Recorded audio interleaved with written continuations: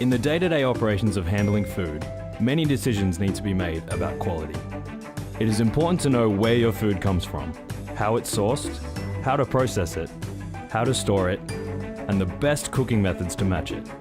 These tutorials will take you on your learning journey. Supply chain.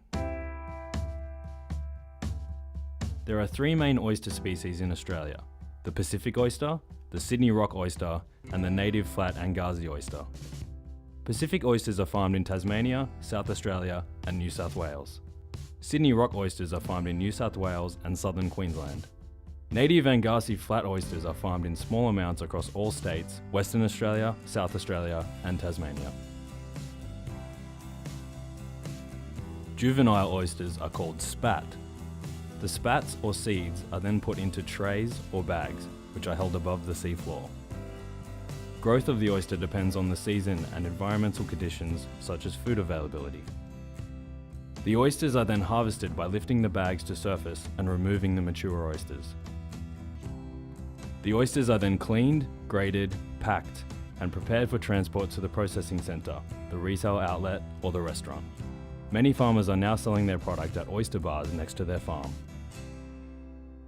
Processing. When it comes to shucking oysters, you don't need much equipment at all. A chain protective glove, another glove, and an oyster shucking knife. With me today, I've got two oyster shucking knives. I'm going to show you two different techniques of shucking oysters. When it comes to shucking live oysters, you need to identify a few different things. Obviously, this top flat part of the oyster is called the lid. The round sort of part at the bottom is called the base. You also need to look out to make sure that the hinge around the whole oyster is sealed and there's not leaking any water.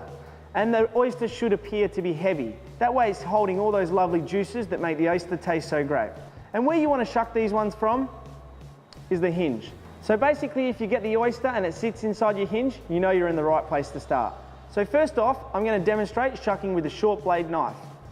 The reason I like to use a short blade when shucking oysters is because you've got a lot more control over it. The blade isn't as long and you can really guide it with your hand. But you do need to shuck it in your hand. So, chain protective glove, if you do have a slip, you should be fine. Okay, so we want to find the hinge of the oyster here. Apply a little bit of pressure, and then as soon as you see the oyster knife go in there or you hear that popping sound, you just give it a little bit of a twist up and the oyster comes open. So now you want to be careful now not to release that lovely juice in there. So once you're up on that lid, you want to tilt it to the side and come around to cut that muscle tendon. So as soon as you cut the muscle tendon, the top lid will come away. You can discard this. So as you can see, we've got the lovely oyster in there with still lots of this juice inside. We've got a little bit of chip shell in there, so we just want to brush that away with the knife, get away of any sort of little grit or sand in there. Then we're going to cut this last muscle band straight down and we're going to turn our oyster over. Still maintaining all those lovely juices, a perfectly shucked oyster. When it comes to shucking oysters with the long blade, it's important that you have a secure point, like shucking on the table. We basically put it in the center of the tea towel, we cover it up, exposing the hinge. So now once we find the hinge with the oyster, we basically give it a little bit more pressure and a wriggle, and then as soon as we get that pop, we know the oyster's up. Once again, making sure we don't slide in there and damage the oyster, we lift it up, we cut around, we cut that muscle band, not losing those lovely juices. Clear away any shell or grit that you see. So we cut that muscle band, turn over the oyster, and a beautifully shucked oyster, full of all its juices. Receiving and storage.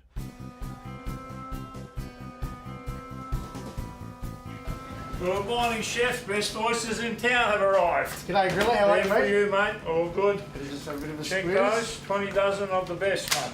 Oh, they're stunning. Absolutely stunning. There we go. Sign on the dotted line.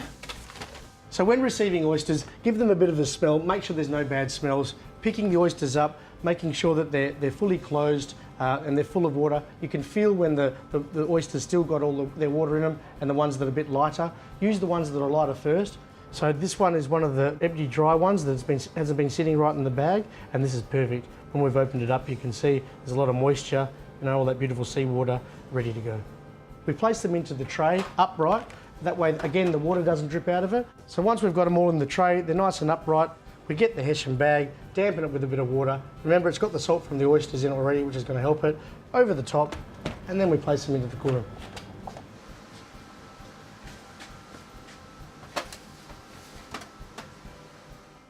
Preparation. Cooking method. Shallow frying.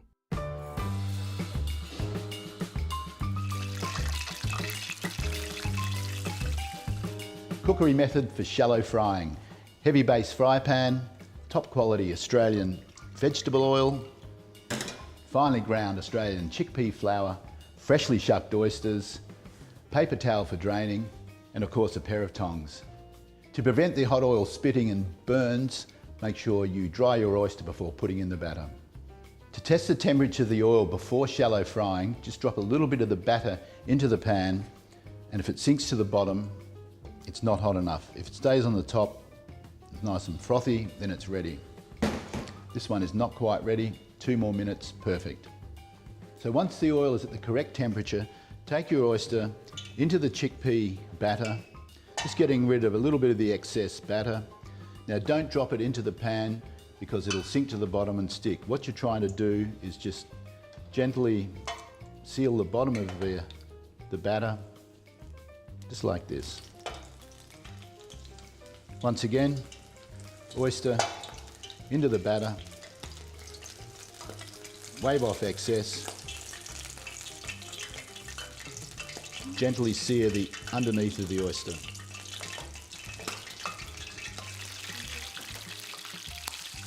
With a clean pair of tongs, turn the oysters over so they get a beautiful even colour brown, and then take the oyster from the pan and put on the absorbent paper. Very easy to serve, shallow frying. So there you have it, shallow fried, freshly shucked Australian oysters. Nutritional value.